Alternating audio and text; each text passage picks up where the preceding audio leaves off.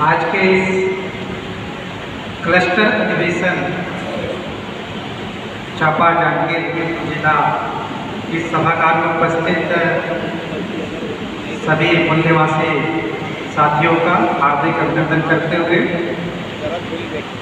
मंचस्थ आज के मुख्य अतिथि और उद्घाटक महोदय, सर्वप्रथम आपका मैं धन्यवाद करना चाहूँगा कि आपने आज जो संगठन ने एक विषय लगाया, लोकतांत्रिक व्यवस्था में ब्राह्मणवादी तानाशाही के विरुद्ध राष्ट्रव्यापी जन आंदोलन समय की मांग, इस विषय पर आपने प्रबोधित किया।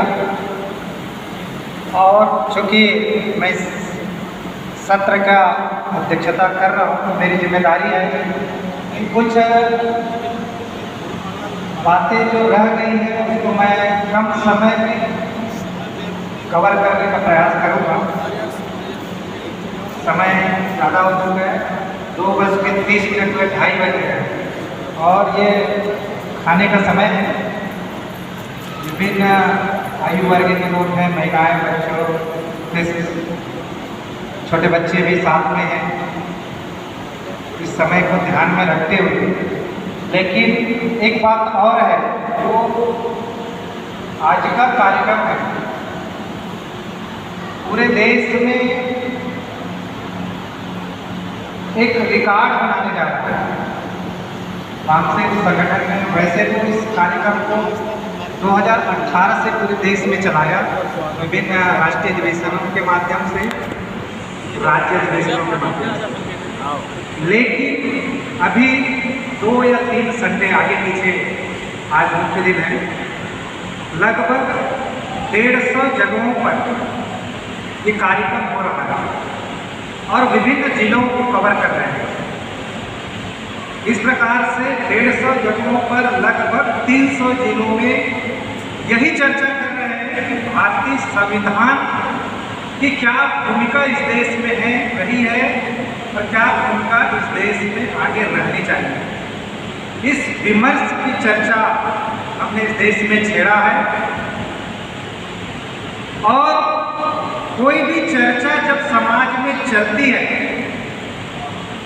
उस चर्चा का इम्पॉर्टेंट, महत्वपूर्ण, कितनी चर्चा चल रही है, उसका आकलन तभी किया जा सकता है जब दुश्मन वर्ग उस पर प्रतिक्रिया देने के लिए खड़ा होता है। अभी तक 1950 से भारतीय संविधान देश में लागू हुआ, तब से समय समय पर साधु और संत लोग, किसी धर्म विशेष के लोग संविधान के खिलाफ में बात किया करते थे और वो घोषणा किया करते थे, इस देश में मनुस्मृति पुनः लागू होनी चाहिए, इस देश में मनुस्मृति का संविधान लागू होना चाहिए। ये अनऑफिशियल बातें हुआ करते थे। लेकिन साथियों, जब वामसेन जैसे संगठनों ने महसूस किया कि विभिन्न संगठनों के माध्यम से, बंजारा साहब ने बताया 1825 में कांग्रेस, 1906 में मुस्लिम लीग और आरएसएस 1925 में आया, फिर उससे जनसंघ की उत्पत्ति हुई और अल्टीमेटली अभी जो भाजपा सरकार बनी है, अभी पूरे देश में नेतृत्व कर रही है ये सरकार। इनके माध्यम से जब संविधान के तहत, लोकतांत्रिक व्यवस्था के तहत सरकार चलाई जानी चाहिए थी, यहाँ के नागरिकों के प्रति जिम्मेदारी निभानी चाहिए, उसमें कहीं न कहीं ढिलाई बरती गई, कमी बरती गई, एक तरफा कार्रवाई की गई। और इस बीच में साधु संतों ने हमारे लोगों को धर्म के नाम से मानसिक गुलामी पैदा करके उनको ये समझाने का प्रयास करते रहे कि मनुस्मृति लागू होनी चाहिए।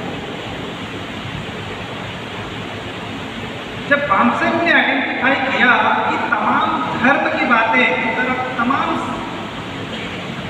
समाज की बातें, जाति समुदाय की बातें हम लेकिन 70-75 सालों में करते आ रहे हैं, लेकिन बहुत ज़्यादा सफलताएं नहीं मिल रही है। उसको ब्राह्मण